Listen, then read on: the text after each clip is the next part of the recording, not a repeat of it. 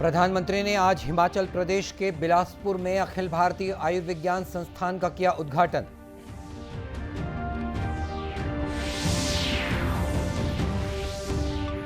विजयादशमी पर्व के अवसर पर राष्ट्रपति, उपराष्ट्रपति और प्रधानमंत्री ने देशवासियों को दी बधाई और शुभकामनाएं।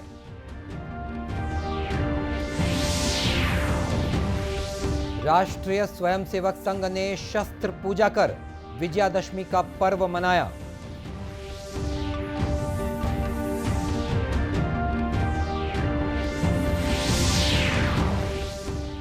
और प्रदेश भर में किया जा रहा है दुर्गा प्रतिमाओं का और जोत जवारों का विसर्जन।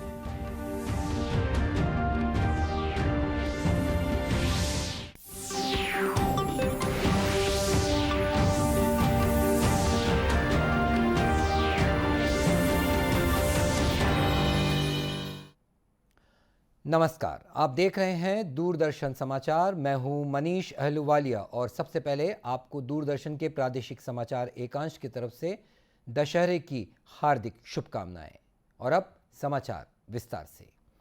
प्रधानमंत्री नरेंद्र मोदी ने आज हिमाचल प्रदेश के बिलासपुर में अखिल भारतीय आयुर्विज्ञान संस्थान का उद्घाटन किया।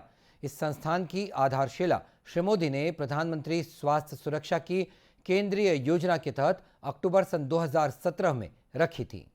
एम्स बिलासपुर का निर्माण 1470 करोड़ रुपए से अधिक की लागत से किया गया है।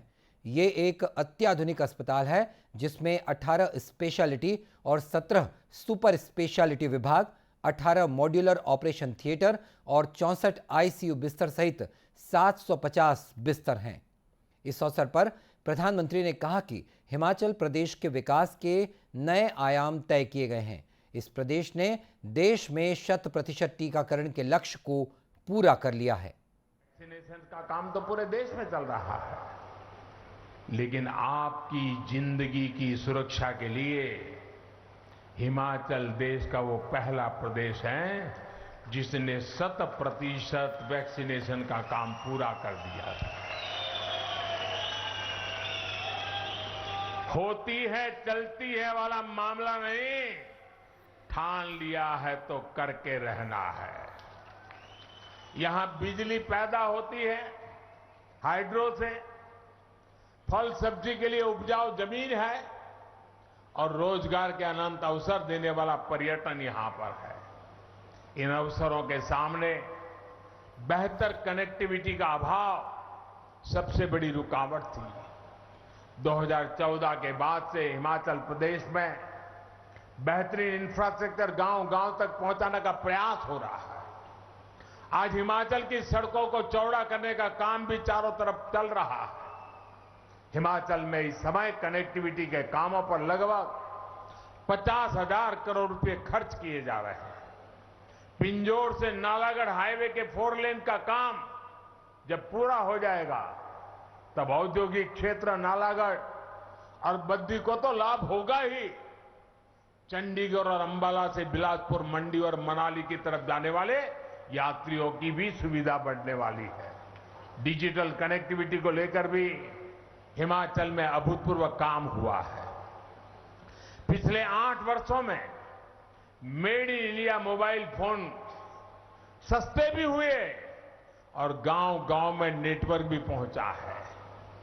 बेहतर 4G कनेक्टिविटी के कारण हिमाचल प्रदेश डिजिटल लेन देन भी बहुत तेजी से आगे बढ़ रहा है। डिजिटल इंडिया का सबसे अधिक लाभ सबसे अधिक किसी को हो रहा है तो मेरे हिमाचल के भाइयों बहनों को हो रहा है, मेरे हिमाचल के नागरिकों को हो रहा है। गौरतलब है कि नवनिर्मित एम्स में 24 घंटे आपातकालीन और डायलिसिस सुविधाओं सहित आधुनिक मशीनें और अमृत फार्मेसी, जन औषधि केंद्र और 30 बिस्तरों वाले आयुष ब्लॉक भी हैं। एम्स के उद्घाटन के समय हिमाचल प्रदेश के राज्यपाल राजेंद्र विश्वनाथ आर्लेकर, मुख्यमंत्री जयराम ठाकुर, भाजपा अध्यक्ष जेपी नड्डा और सूचना और प्रसारण मंत्री अनुराग सिंह ठाकुर मौजूद थे। विजयादशमी पर्व के अवसर पर राष्ट्रपति, उपराष्ट्रपति और प्रधानमंत्री ने देशवासियों को अपनी शुभकामनाएं दी हैं। राष्ट्रपति द्रौपदी मुर्मू ने अपने संदेश में कहा कि ये त्योहार भारत की सांस्कृतिक एकता का उदाहरण है। उन्होंने आशा प्रकट की कि इस पर्व से लोगों में नैतिकता, सत्य और अच्छाई के शाश्वत मूल्यों को प्रोत्साहित करने में मदद मिलेगी।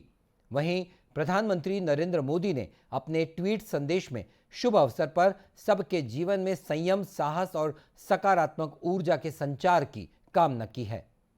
इधर छत्तीसगढ़ की राज्यपाल अनुसुईया उइके और मुख्यमंत्री भूपेश बघेल ने विजयादशमी के अवसर पर प्रदेशवासियों को हार्दिक बधाई और शुभकामनाएं दी हैं।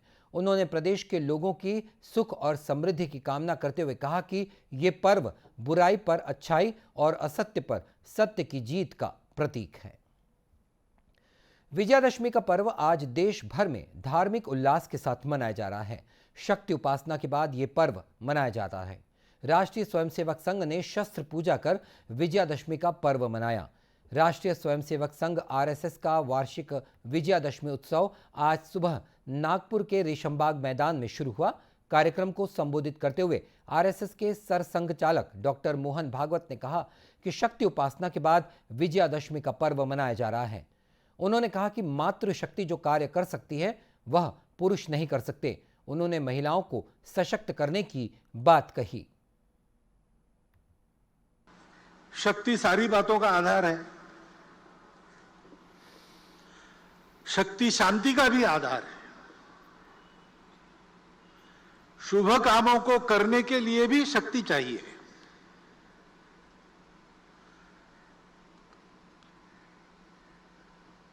जो न दुख को दुख मन में मानता, धूल सुख की खोज की ना छानता, मोह आकर्षण भरे इस विश्व में राह अपने ध्येय की पहचानता, दूसरों के दुख को दूर करना, उसके लिए विष भी पीना जिसको स्वीकार है, ऐसे व्यक्ति को भी साधना के द्वारा शक्ति का अर्जन करना पड़ता है, क्योंकि साधना ही मुक्ति का शुभ द्वार है। शक्ति भी तो शांति का ही आधार है। ऐसे शक्ति उपासना का यह उत्सव है, विजय का यह उत्सव है, और संयोग है कि उसमें प्रमुख अतिथि के नाते उपस्थित श्रीमती संतोष यादव जी उसी शक्ति का, ऊर्जा का, चैतन्य का प्रतिनिधित्व करने वाली है। गौरी शंकर की ऊंचाई को 2 बार उन्होंने पाटा है।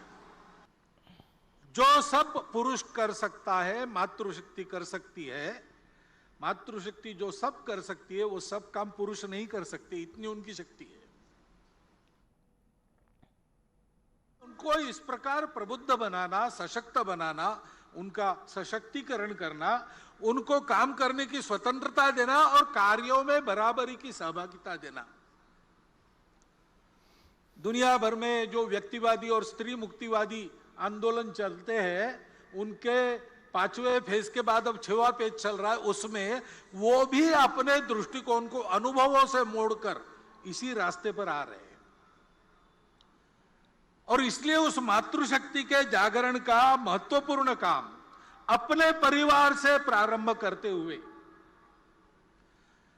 सार्वजनिक कार्यों में, संगठन संस्थाओं में भी उसको लागू करते हुए हमको समाज के पास ले जाना पड़ेगा, क्योंकि बिना उनके सहभाग से पूर्ण समाज की संगठित शक्ति खड़ी नहीं होगी।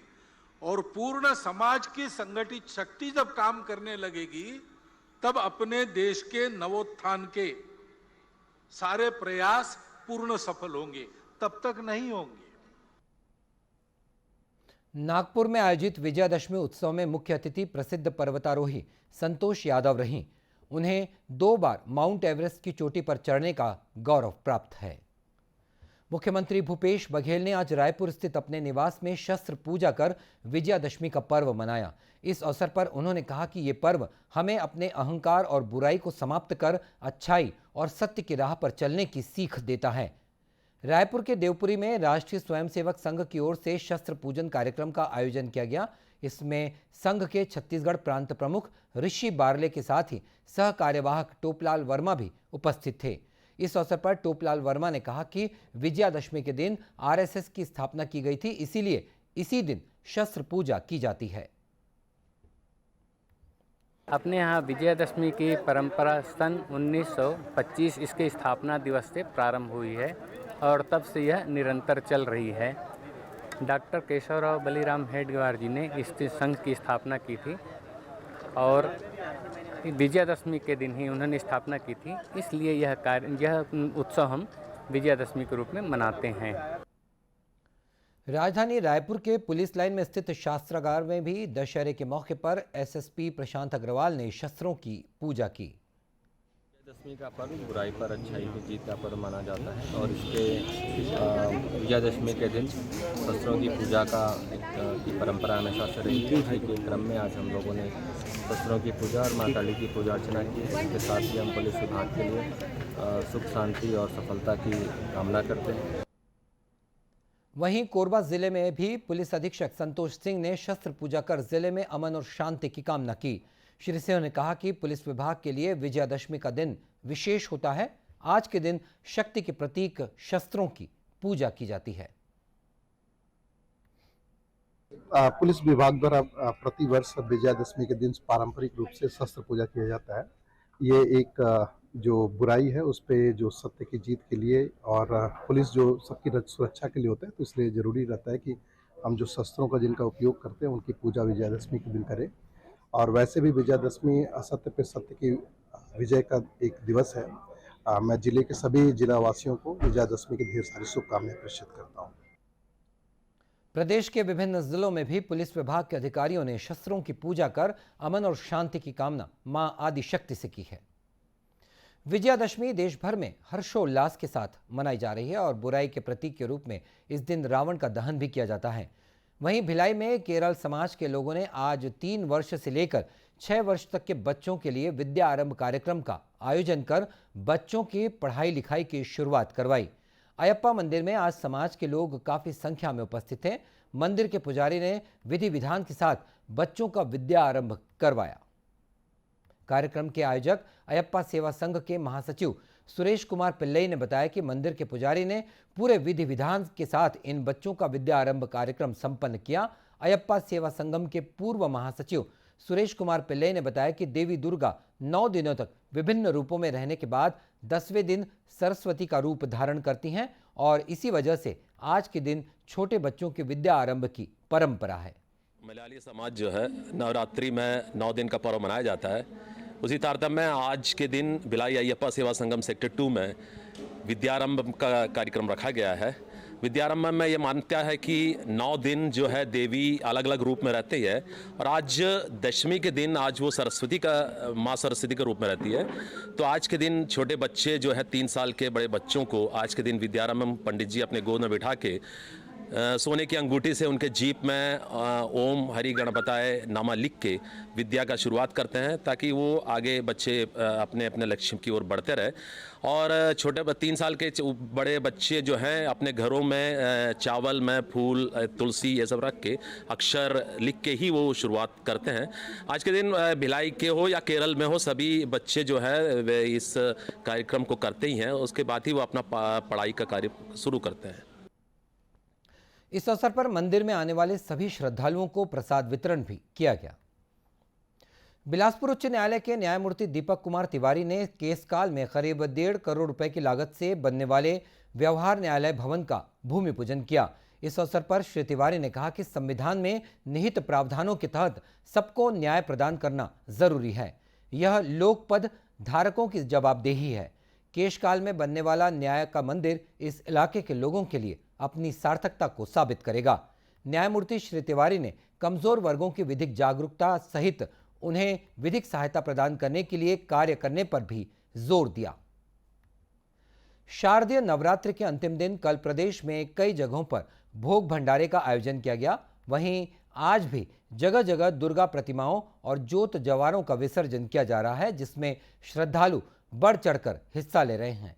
रायपुर में देवी मंदिरों और घरों में विराजित ज्योत जवारा विसर्जन के लिए भक्तों ने विसर्जन यात्रा निकाली। इस दौरान सड़कों पर भक्ति उल्लास का वातावरण देखते ही बन रहा था।